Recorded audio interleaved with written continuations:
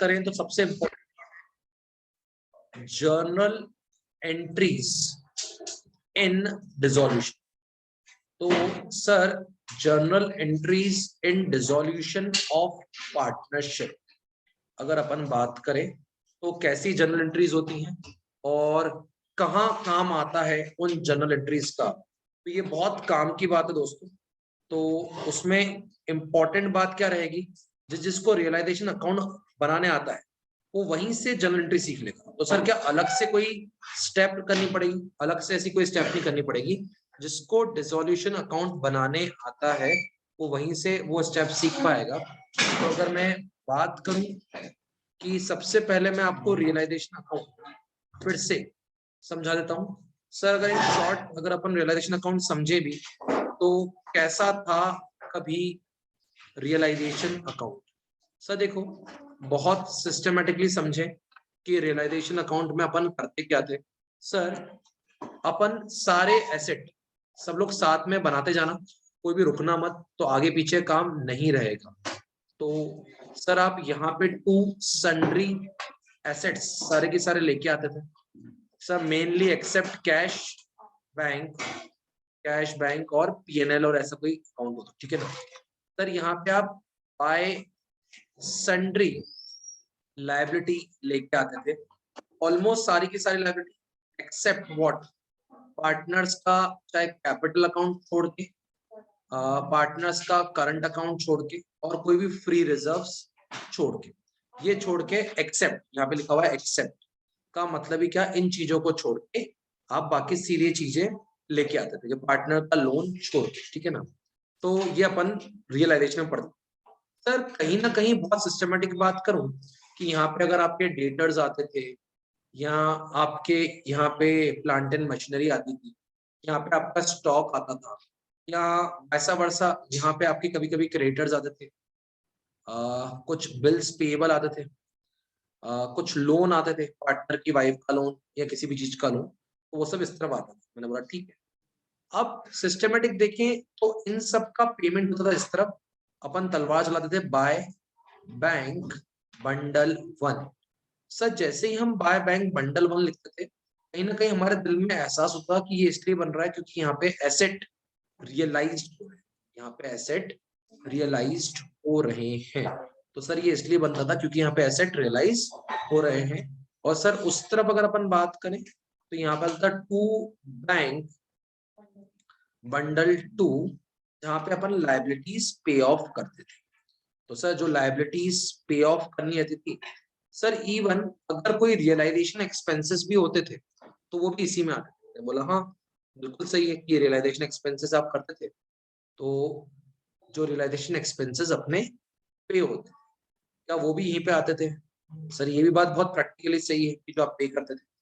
Sir एक और चीज आया करती थी यहाँ पे बाय पार्टनर्स कैपिटल अकाउंट, कब, जब कोई asset taken over by partner, asset taken over by partner, जब पार्टनर कोई वहां से स्टॉक या प्लांट एंड मशीनरी या डेटर्स ले आता तो asset taken over by partner हुआ करता था। तो आप इस तरफ बाय पार्टनर्स कैपिटल अकाउंट, इसको आप नाता कहा, ठीक है। सर इस तरफ भी आप लिखते थे to partners capital account, to partners capital account. और सर अगर अपन बात करें तो यहाँ पे भी क्या आता था, liabilities taken over by partner, liabilities taken over by partner.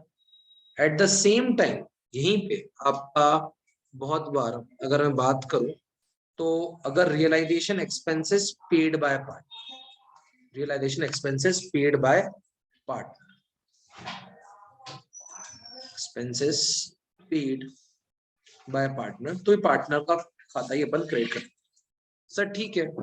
और सर इन सबसे अगर एक छोटी सी बात पूछूं कि सर हिसाब किताब लगा के एक तरफ प्रॉफिट आता था और एक तरफ लॉस, तो सर अगर ये साइड क्रेडिट साइड ज्यादा होती थी और डेबिट साइड कम होती थी तो इस तरफ टू रियलाइजेशन का प्रॉफिट आया करता था। और अगर सर डेबिट साइड ज्यादा होती थी और क्रेडिट साइड कम होती थी तो इस तरफ बाय रियलाइजेशन का लॉस आया कर। सर ये बहुत सामान्य सी बातें हैं जो हम रोज की रोज किसी भी क्वेश्चन में सारे एसेट उतार के सारी लायबिलिटी उतार के करते हैं, ठीक है ना। सर ये रियलाइजेशन का जो प्रॉफिट है वो ए बी सी में बढ़ता था, जो भी ए बी हो, ठीक है ना, और यहाँ पे रिलेशन का लॉस भी ए और बी में बढ़ता था in their profit sharing ratio, in their profit sharing ratio. सब कुछ चिंता की बात नहीं। अब एग्जाम में क्या होता है, पिछले अगर हम बोलो 10 साल में से 8 साल में इन बड़े क्वेश्चन के साथ जर्नल एंट्री आपको 6 ट्रांजेक्शन दे दी और उसका जर्नल एंट्री पूछ। सर ठीक है, तो अपन जर्नल एंट्री क्या पूछेंगे। जैसे एग्जांपल अगर मैं आपसे पूछूं, आपको सिर्फ इतना फोकस करना है कि रियलाइजेशन अकाउंट डेबिट हो रहा है कि क्रेडिट। मैं आपको जर्नल एंट्री सारी की सारी यहीं से बता, मतलब आपको कोई एक्स्ट्रा एफर्ट नहीं देना पड़ेगा रियलाइजेशन की जर्नल एंट्री की। तो सर रियलाइजेशन की जर्नल एंट्री में आपकी क्या ट्रिक रहेगी, सुनो ना यार, मेरी ट्रिक रहेगी कि ये रियलाइजेशन का कौन सा साइड है, डेबिट साइड, ये ध्यान रखना। और सर ये रियलाइजेशन कौन सा साइड है, दूसरा वाला साइड क्रेडिट। तो आपको सिर्फ इतना ध्यान रखना है कि रियलाइजेशन डेबिट हो रहा है कि क्रेडिट। अगर मैं अपनी फर्स्ट जर्नल एंट्री आपसे पूछूं, एसेट, आराम समझिएगा पहले और सुनिएगा पूरा, asset transfer to realisation account, asset transfer to realisation account. अब अगर किसी बच्चे से पूछा जाए कि इस पर्टिकुलर चीज की एंट्री बोल, तो वो अपने दिल पे हाथ रख के आंख बंद करके या खुली आंखों से सोचेगा जब एसेट ट्रांसफर हो रहे थे तो रियलाइजेशन क्या हो रहा था, डेबिट। तो वो एंट्री कर देगा realisation account debit, realisation account debit to sundry assets, realisation account debit to. Sir यही तो एंट्री होनी भी चाहिए ना, रियलाइजेशन अकाउंट क्या हो रहा है, डेबिट, तो डेबिट ही होगा। और क्रेडिट में क्या लिखोगे, क्रेडिट क्या हो रहा है, खुद ही तो लिख रहे हो टू सन्ड्री एसेट्स। तो जब तुम खुद ही लिख रहे हो कि रियलाइजेशन अकाउंट डेबिट, तो ऑटोमेटिकली क्रेडिट में क्या आ जाएगा आपके पास, to sundry assets, to sundry assets. Sir अगर इसी में कोई ये पूछ ले कि liabilities transfer to realisation account, तो आप कुछ भी है ना, खुद का दिमाग मत लगाओ। आप तो ये सोचो कि अगर लायबिलिटीज ट्रांसफर हो रही है तो मुझे कुछ और नहीं जानना, मुझे तो ये जानना है कि रियलाइजेशन क्या हो रहा है, डेबिट हो रहा है कि क्रेडिट। तो सर रियलाइजेशन पर्टिकुलरली क्या हो रहा है, क्रेडिट, तो टू रिलेशन करना है। डेबिट में क्या लिख दो, सन्ड्री लायबिलिटीज। तो सर एंट्री यहीं से बन गई, sundry liabilities account debit to what, realisation, sundry liabilities account debit to realisation account. अगर आपसे मैं कोई पूछूं एग्जांपल, मैं आपको एंट्री देता हूं, स्टॉक एग्जांपल समझो, कभी लिखा होता है स्टॉक रियलाइज्ड 80,000, या plant and machinery sold for 2 lakhs, क्या लिखा हो, डेटर्स वर गिवन 5% डिस्काउंट। इन सब चीजों का अर्थात क्या, तो इन सब चीजों का मतलब है कि स्टॉक रियलाइज हो रहा है, प्लांट एंड मशीनरी सोल्ड हुई है, डेटर्स को 5% का डिस्काउंट दिया गया। इन शॉर्ट ये सब एसेट बिके। मुझे तो एसेट बिकते कहां पे, रियलाइजेशन के डेबिट साइड में कि क्रेडिट साइड। सर दिमाग लगा लो कि सारे एसेट कहां बिकते हैं, रियलाइजेशन के क्रेडिट साइड। तो सर टू तो रियलाइजेशन होगा, टू क्या होगा, डेबिट में क्या आ जाएगा, बैंक, पैसा आ रहा है ना। खुद सोचो सारे एसेट बिकते कहां पे, सारे एसेट बिकते कहां पे हैं, क्रेडिट साइड में। तो अपने दिल को सोचो ही मत, कहीं बोलो stock realise, plant and machinery कितने रुपए है, डेटर्स वर पेड या debtors were received under discount of 10%, कुछ भी लिखा हो। एन अनरिकॉर्डेड टाइपराइटर रियलाइज्ड, कि एक अनरिकॉर्डेड एसेट था उसका पैसा आया, तो कुछ भी अनरिकॉर्डेड एसेट का पैसा भी आया, तो मुझे तो सारा पैसा आता किस तरफ, इज इट डेबिट और is it credit, credit side of realisation, credit side of realisation. तो डेबिट में क्या हो जाएगा, बैंक आ रहा है ना, तो bank account debit to realisation, bank account debit to realisation. Sir अगर कोई भी एसेट पार्टनर लेके जा रहा है, अगर हम आपसे और थोड़ा सा फोकस इस एंट्रियों पे समझे कि अगर कोई भी एसेट अगर पार्टनर लेके जा रहा है, तो इस क्वेश्चन में ये समझो कि जब भी कोई एसेट, मतलब अगर मैं बोलूं कभी कभी होता है ऐसा, ए took over, A took over the investment, A took over the investment, ठीक है ना। कभी कभी ऐसा होता है A took over the stock, getting it. तो ऐसा कुछ भी हो, ऐसा कुछ भी हो, पार्टनर क्या ले जा रहा है, एसेट।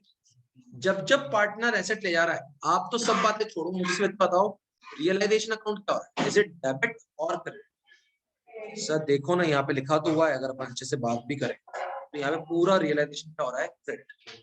रियलाइजेशन क्या हो रहा है, तो sir A took over the investment, A took over the investment, इस पूरे केस में रियलाइजेशन हो ही क्या रहा है, क्रेडिट। तो आप डेबिट क्या करोगे, पार्टनर्स कैपिटल अकाउंट।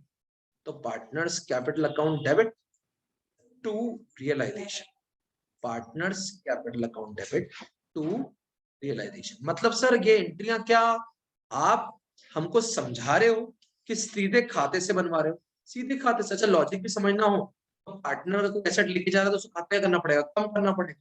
और पार्टनर का खाता अगर कम करना है तो क्या करना पड़ेगा, डेबिट। और बढ़ाना है तो क्या करना पड़ेगा, क्रेडिट। अगर एक दुकान का माल लेके जा रहा है तो उसका खाता कम करेंगे ना, भाई तूने माल ले लिया। ए बिजनेस की इन्वेस्टमेंट लेके जा रहा है तो उसका खाता कम करेंगे ना। तो हम पहले ही पढ़ चुके हैं, पार्टनर का खाता बढ़ाना हो तो क्रेडिट और घटाना हो तो डेबिट। सर ये बात भी है। अब अगर आपको कोई ऐसा बोल दे कि भाई रियलाइजेशन पे लॉस हो गया, रियलाइजेशन पे क्या हो गया कि लॉस ऑन रियलाइजेशन, आपको कोई भी ऐसा बोल दे कि लॉस ऑन रियलाइजेशन आपका हो गया 50,000 या 60,000 वॉट एवर। सर इस लॉस के केस में आपको ये चेक करना है मतलब रियलाइजेशन क्या हो रहा है, डेबिट हो रहा है कि क्रेडिट हो रहा है, क्रेडिट हो रहा है। रियलाइजेशन क्या हो रहा है, क्रेडिट। रियलाइजेशन क्या हो रहा है, क्रेडिट। तो जाके टू लिख दो, क्या रियलाइजेशन।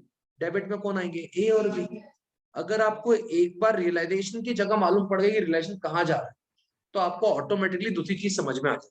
क्योंकि जो बच्चा डिसोल्यूशन थोड़ा बहुत भी पढ़ चुका है, उसको रियलाइजेशन का फॉर्मेट उसके दिल में आ गया। अगर आपको ये फॉर्मेट पूरा पहले से आता है तो आपके लिए एंट्रियां बड़ी बात नहीं होगी।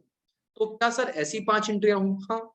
अब अगर आपको रियलाइजेशन में कोई ऐसा बोले आपके सामने ही कि लायबिलिटीज, अगर मैं बोलूं पहली जनरल एंट्री कुछ इस प्रकार से कि आपको कोई ऐसा बोल दे creditors, creditors were paid, creditors were paid इतना, या आपको कभी कभी बोलते हैं bills payable were paid under discount of, बोलते हैं ना पेड अंडर डिस्काउंट ऑफ, कुछ भी बोलते हैं ऐसा कोई भी।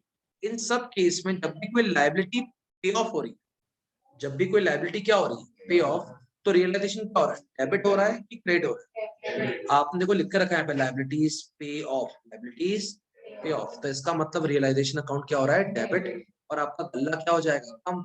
तो आपकी एंट्री क्या हो जाएगी, realisation account debit to bank. आप चाहो तो नरेशन में ले सकते हो being liabilities paid off, being liabilities paid off. Sir ये तो यार बहुत अच्छी ट्रिक हो गई। अभी अगर मैं आपसे बोलूं कि ऐसा दिया हो कि ए प्रॉमिस टू पे हिज वाइफ लोन, मतलब ए बोल रहा है कि मैं मेरी बीवी का लोन खुद पे कर लूंगा, हिज मिसेस ए लोन। या ऐसा बोल रहा है बी कि B take over the creditors, take over the, का मतलब बी बोल रहा है क्रेडिटर्स को मैं पे कर दूंगा, तुम चिंता मत करो। अगर बी ऐसा बोल रहा है, B took over the creditors, B took over the creditors, B took over the, तो A promised to pay Mrs. A loan या B took over the creditors, ऐसा कुछ भी हो रहा है।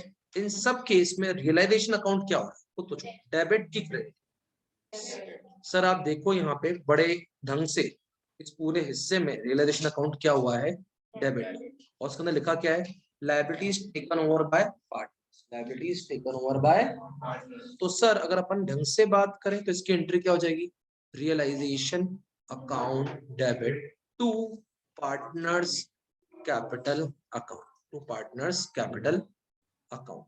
एक बड़ी इंपॉर्टेंट बात होती है, इसको बहुत सिस्टमैटिक लिखिएगा, जब भी रियलाइजेशन एक्सपेंसेस होते हैं तो सर आपकी ये 8वीं एंट्री होगी जो कि आपको समझाएगी पर्टिकुलरली रियलाइजेशन एक्सपेंसेस के लिए, ठीक है ना। रियलाइजेशन एक्सपेंसेस या तो फर्म नकद में पे करती है, देखो यहाँ पे लिखा हुआ, देख लो खुद ही, रियलाइजेशन एक्सपेंसेस या तो फर्म कायम पे करेगी नगद में। अगर आपको चेक करना हो तो देखो ऊपर भी है रियलाइजेशन एक्सपेंसेस और नीचे भी है यहाँ पे रियलाइजेशन एक्सपेंसेस, ठीक है। तो सर या तो फर्म खुद पे करेगी या तो पार्टनर पे करेगा, सीधी बात है ना, कि या तो रियलाइजेशन एक्सपेंसेस कौन पे करेगा, फर्म, या तो कौन पे करेगा, पार्टनर। तो अगर आप फर्म पे कर रही है मतलब फर्म का बैंक अकाउंट खत्म हो रहा है, तो ऐसे केस में जो आपकी एंट्री होगी वो क्या होगी, क्या ये खर्चा है, हाँ। तो आप रियलाइजेशन अकाउंट डेबिट, डेबिट ही हो रहा था, realisation account debit to what, bank. किस चीज के लिए पे करें, एक्सपेंसेस के लिए। सेकंड, अगर वही चीज पार्टनर पे करेगा, कौन पे करेगा, पार्टनर, तो एंट्री क्या हो जाएगी सर, बहुत सीधी बात है, realisation account debit to partners capital account, realisation account debit to partners capital account, कोई प्रॉब्लम वाली बात नहीं। अब अगर इसी में किसी ने ऐसा बोल दिया कि realisation expenses were borne by partner, were borne by partner, और ऐसा भी बोल दिया एंड पेड बाय पार्टनर। अब इसका मतलब क्या भाई, रियलाइजेशन के जो भी एक्सपेंसेस होंगे वो पार्टनर ही या ए ही बॉर्न करेगा और ए ही पे करेगा। इसका मतलब वो खर्चे का धंधे से कोई लेना देना नहीं। इस बात का एग्रीमेंट हो गया पार्टनर्स में भैया कि अगर ये सारा रियलाइजेशन एक्सपेंसेस होते हैं, मतलब अपनी बिल्डिंग बेचने में जो खर्चा होता है, क्रेडिटर्स को पे करने में जो खर्चा होता है, फर्नीचर निकालने में जो पैसा लगता है, मतलब अल्टीमेटली पूरी फर्म को वाइंड अप करने में अगर कोई खर्चा हो रहा है, तो अगर ये गिवन है कि borne by partner and paid by partner, I repeat, born by partner and paid by partner, तो इसका फर्म के केस में आएगी नो एंट्री। हम क्यों करें, जब हमने पहले से ही डिसाइड कर लिया पार्टनर पे करेगा, तो पार्टनर अपने पर्सनल गल्ले से पे करेगा। तो क्या सर ये खर्चे फिर फॉर्म के हुए क्या, नहीं, क्योंकि ये बोला है कि borne by partner and paid by partner, मतलब ये उठाना भी पार्टनर को है और पे भी पार्टनर को करना है। आया समझ में। तो सर इसमें क्या होता है, ये पर्टिकुलर चीज ऐसी होती है जिसका मतलब होता है borne by firm, born by firm but paid by partner. इसका मतलब बॉर्न बाय फर्म और पेड बाय पार्टनर, मतलब उठाने तो फर्म को थे बट पे किसने कर दिए, पार्टनर, तो क्या उसको उसका पैसा देना पड़ेगा, हाँ। तो ये जो पर्टिकुलर चीज हमें सेकंड केस पढ़ा था ना, इसका मतलब क्या था, बॉर्न बाय फर्म, मतलब फर्म को करने थे बट पार्टनर ने पे कर दिए। कभी कभी ऐसा होता है ना, दुकानें खर्चे में से मैंने अपने पैसे निकाल दिए, अब क्या बोलते हो, चल पापा से ले लूंगा मैं पैसे, ऐसे ही करते हो आप लोग कि मैंने दुकान के बिहाफ पे खर्चा करा। तो ये जो सेकंड केस था वो क्या था, born by firm but paid by partner. अब सर कभी कभी उल्टा भी हो जाता है, उस उल्टे का लॉजिक अगर अपन और क्लियर तरीके से देखेंगे इस पर्टिकुलर चीज को, तो जो उसका फोर्थ केस होता है वो ये होता है दोस्तों, इसमें आपको आता है borne by by partner but paid by firm.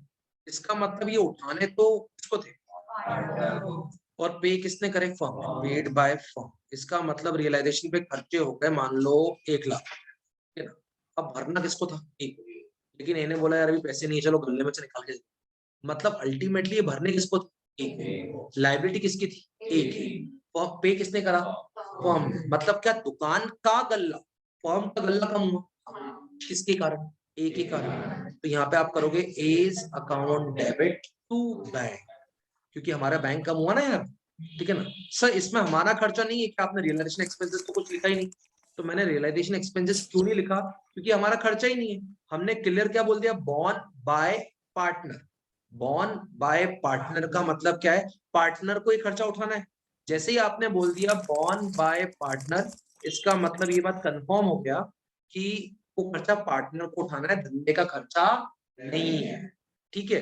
तो इसका मतलब उस पार्टनर के बिहाफ पे हमने पैसा भरा, तो उस पार्टनर को डेबिट करो, पार्टनर को डेबिट करना मतलब उसका खाते का कम करना, पार्टनर खाता कम करो टू बैंक, क्योंकि हमारे गले से पैसा निकल गया।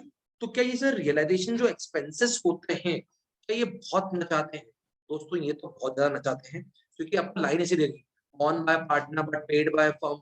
कभी कभी होता है borne by A and paid by B, इसका मतलब ए को पे करने थे बट पे किसने कर दी, बी ने। इसका मतलब इस केस में अगर सर आप एक अलग नया जो एंगल लेके आ रहे हो, फिफ्थ एंगल, कि borne by A, borne by A but paid by B, ये जो नया एंगल लेके आ रहे हो, इसका लॉजिक क्या है, इसका लॉजिक ये है कि भाई इसका मतलब ए का खाता कम करो साले का, इसको पे करने थे, और बी का खाता बढ़ाओ क्योंकि बी ने पे करे। तो बी को क्रेडिट क्यों कर रहे हैं, आप खुद को सुनो, बी को क्रेडिट मिलना चाहिए इस चीज का, हाँ, क्योंकि बी ने पे करे। बी किससे लेगा, फॉर्म से कि ए से? तो ए का खाता कम करो, बी का खाता बढ़ा दो।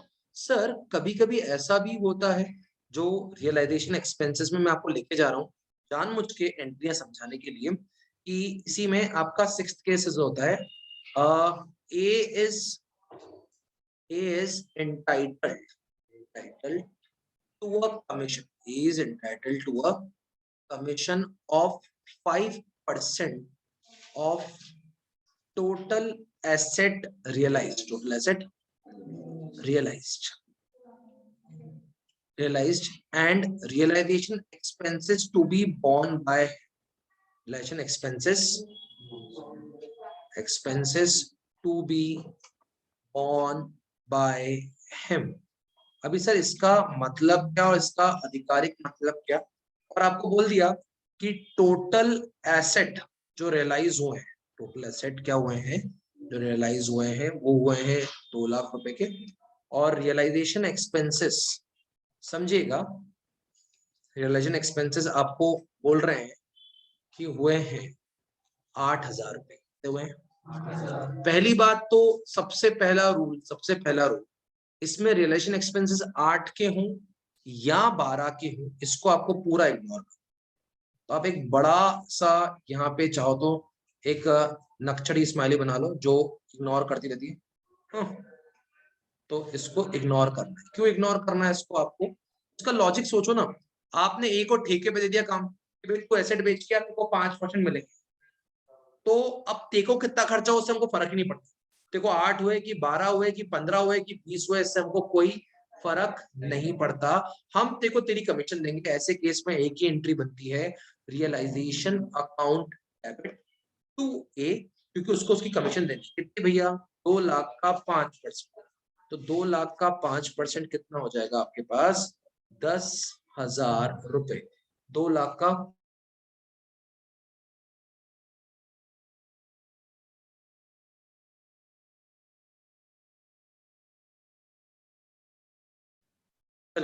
तो रियलाइजेशन अकाउंट डेबिट टू ए। हमको इससे फर्क नहीं पड़ता कि एक्चुअल खर्चा 8,000 हुआ है कि 12,000 है। कुछ लोग ये मत बोलना सर 8,000 हुआ तो उसका 2,000 का ही प्रॉफिट हुआ, 12,000 हुआ तो उसका नुकसान हो गया। अरे नुकसान हुआ या प्रॉफिट हुआ इससे हमको कोई फर्क नहीं पड़ता, हमने उसको काम ठेके पे दिया। जैसे कभी कभी अपने घर का फर्नीचर बनवाते या कंस्ट्रक्शन कराते, तो आप एक बार जो भी कॉन्ट्रैक्टर है उसको एक पैसे बोलते तो भाई तू 10 लाख रुपए देंगे, देखो हमारा घर बना के दे। या आप किसी भी इंटीरियर डिजाइनर को बोलते हम तो 5 लाख या 8 लाख रुपए देंगे, देखो पूरा फर्नीचर बना के। अब एक्चुअल खर्चा क्या हुआ इससे आपको कोई मतलब नहीं, आपको तो उसको 8 लाख रुपए देने, अब वो उसको 6 लाख का पढ़ाओ, उसको 12 लाख का पढ़ाओ, इससे हमको कोई फर्क नहीं पड़ता। Got it. इसी में एक 7वां केस ये भी आ जाता है दोस्तों कभी कभी, कि अगर आप समझोगे बड़ा मजा आएगा, क्योंकि जर्नल एंट्री बोर्ड्स की बहुत जरूरत है। तो पूछते ही पूछते हैं चैप्टर में जर्नल एंट्री कि A is entitled A is entitled to receive commission of 10% of net asset realized and liability paid, net asset realized and liability paid, and along with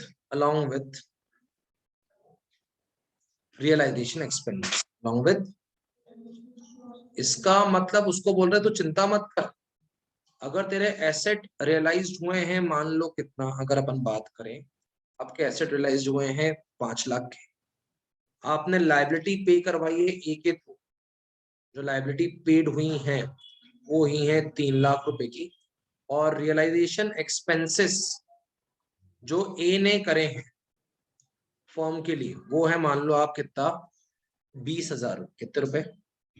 तो इस केस में क्या इसको रियलाइजेशन एक्सपेंसेस भी मिलेंगे? Yes. तो 5 लाख का कितना परसेंट, 10% कितना हो गया, 50,000। 3 लाख का 10% कितना हो गया, 20,000। और ये जो 20,000 रुपए का इसने खर्चा करा है, क्या ये भी फर्म से लेगा? हाँ। इस बार मतलब हमने इस प्रकार की डील करी है भाई तू जो खर्चा होगा फर्म देगी, तू तो बस माल बेच, मतलब तो कमीशन भी देगी और खर्चा भी देगी। पिछले वाले में क्या था कि खर्चा वर्चा सब तेरा, इस वाले केस में क्या है कि हम देखो तेरा रियलाइजेशन का खर्चा जो होगा वो भी देंगे, तो भाई तू माल तो बेच। तो ऐसे केस में एंट्री होगी realisation account debit. Realisation account debit अगर आपको देखना है तो 2A किस बात के लिए, एक उसकी कमीशन के लिए, और वापस से अगर मैं बात करूं तो 2A एक उसकी रिलेशन एक्सपेंसेस की। तो यहाँ पे कमीशन के 80,000 और रिलेशन एक्सपेंसेस के 20,000, तो जो टोटल मिल जाएंगे वो कमीशन 80,000 हो रहा है मेरे पास। नेट एसेट रियलाइज का मतलब ये हुआ ना कि जितना एसेट भी मिलेगा और लायबिलिटी भी मिलेगी। ये नहीं कि आप बेचारा लायबिलिटी पे करने आया तो उसको पैसे काटे, तो लायबिलिटी भी पे करके आ रहा है ना आपके बिहाफ पे, तब उसको उसके पैसे भी दे रहे हो। तो realisation account debit 2A commission के लिए और वापस से 2A रियलाइजेशन एक्सपेंसेस के लिए। ठीक है सर, ये बात भी है।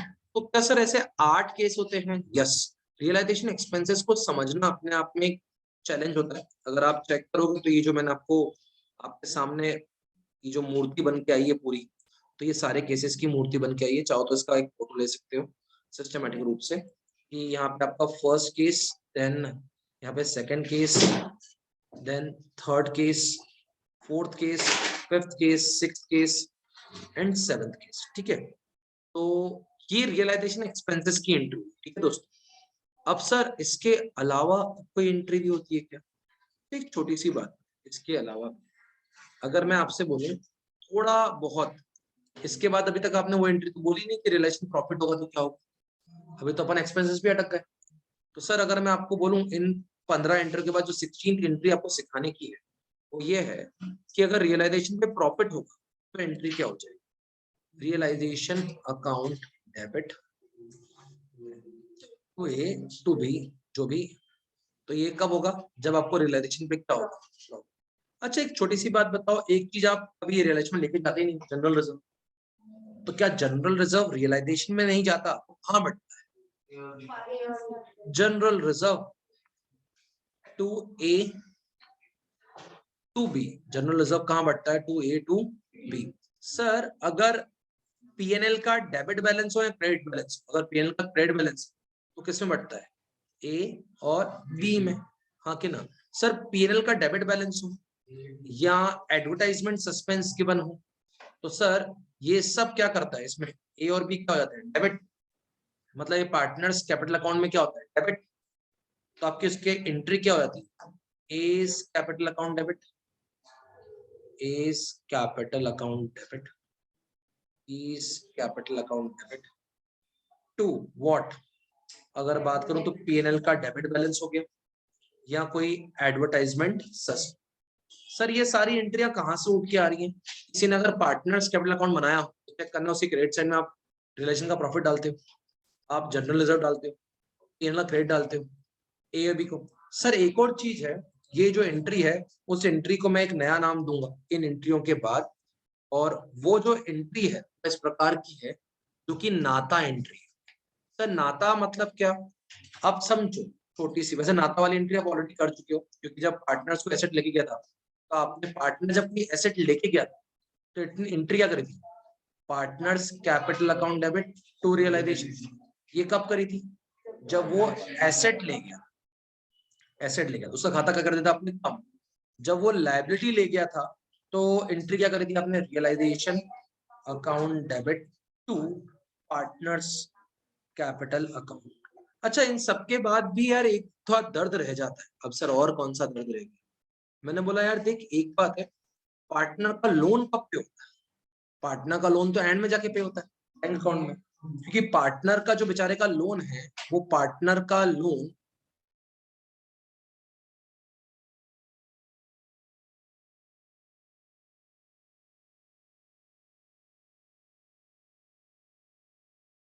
पार्टनर लोन अकाउंट बेचारा कहीं पे जगह नहीं मिलता, ना तो रिलेशन लेता है ना तो पार्टनर्स कैपिटल लेता है। तो पार्टनर लोन को आप अलग से पे करते हो तो उसकी एंट्री क्या होती है? Partner loan account debit to bank, partners loan account debit to bank, क्योंकि उसका लोन तो पे करना पड़ेगा ना एंड में। सर सबसे इंपॉर्टेंट एक एंट्री होती है जिसको अपन इस एंट्री को थोड़ा सा स्पेशल नाम देना, ये एंट्री होती है क्रॉसिंग एंट्री। कौन सी एंट्री होती है? Crossing entry. Sir crossing entry का मतलब, क्रॉसिंग एंट्री वर्ड का ही मतलब है नो एंट्री। मतलब जब भी देखो ऐसा बोला हो कि स्टॉक टेकन बाय क्रेडिटर्स, अब समझ, मैं बोलता हूं स्टॉक था 80,000 का और क्रेडिटर थे 50,000 के, लेकिन क्रेडिटर्स ने बोला हम तो स्टॉक लेके जा रहे हैं, धंधा बंद हो गया, हमको कुछ और नहीं चाहिए, हमने बोला जाओ ले जाओ। अब ऐसे में क्या मेरा एक एसेट कम हो गया और यहाँ से एक लायबिलिटी कम हो गई क्या? बस नो एंट्री। अब ये मत रोडते बैठना सो 30,000 का क्या होगा, 30,000 का ऑटोमेटिकली नुकसान ऑटोमेटिकली रिवर्जन में आ जाएगा अगर आप इसकी नो एंट्री भी करोगे। लेकिन डायरेक्टली आपका एसेट कितना कम हुआ? 80 का, और लायबिलिटी कितने की कम हुई? 50 की। तो ऑटोमेटिकली ये लॉस रियलाइजेशन में आ जाएगा क्योंकि आपका एसेट और लायबिलिटी दोनों एडजस्ट हो रहे हैं वहीं से। तो सर ऐसे केस में इसको बोलते हैं क्रॉसिंग एंट्री। क्या बोलते हैं सर? क्रॉसिंग एंट्री का मतलब ही क्या है? जब कोई एसेट किसी लायबिलिटी से डायरेक्टली सेट ऑफ हो रहा है बिना फर्म के कोई मेहनत करे हुए, तो उस केस में कोई भी एंट्री नहीं होगी। आप उल्टा भी लिख सकते हो, अगर आपको बोलूं कि, अगर बोलूं bank has taken firms plant and machinery against their loan, against their, अब अगर मैं आपसे बोलूं अगेंस्ट देयर लोन, इसका मतलब समझो बैंक से आपका लोन था, बैंक से आपका लोन था 10 लाख रुपए का, बैंक लोन था आपके पास, और आपकी मशीनरी की वैल्यू 4 लाख रुपए है, लेकिन वो ले गए और बोल के गए इन फुल सेटलमेंट, ठीक है ना, कि हम तो मशीनरी ले जा रहे हैं आपकी 4 लाख की। तो इसका मतलब इनडायरेक्टली आपको 6 लाख का प्रॉफिट हो गया, लेकिन उससे हमको मतलब नहीं। क्रॉसिंग कंसेप्ट है। क्रॉसिंग कंसेप्ट का मतलब जब कोई क्रेडिटर, जब कोई लोन वाला, जब कोई लायबिलिटी ऑटोमेटिकली आपका एसेट बन लेके जा रही है आपके एफर्ट्स के बिना, तो वो क्रॉसिंग एंट्री होगी। मतलब क्रॉसिंग एंट्री का मतलब नो एंट्री। अब चुपके से यहाँ पे एक क्रॉस लगा दो एसेट साइड में और लायबिलिटी साइड में क्या लगा दो? एक क्रॉस, टू गया। तो क्या सर ये प्रॉपर सारी जर्नल एंट्री होती है जिसके ऊपर आपकी बुक की पहले के 15 से 20 क्वेश्चन दिए हुए? हाँ,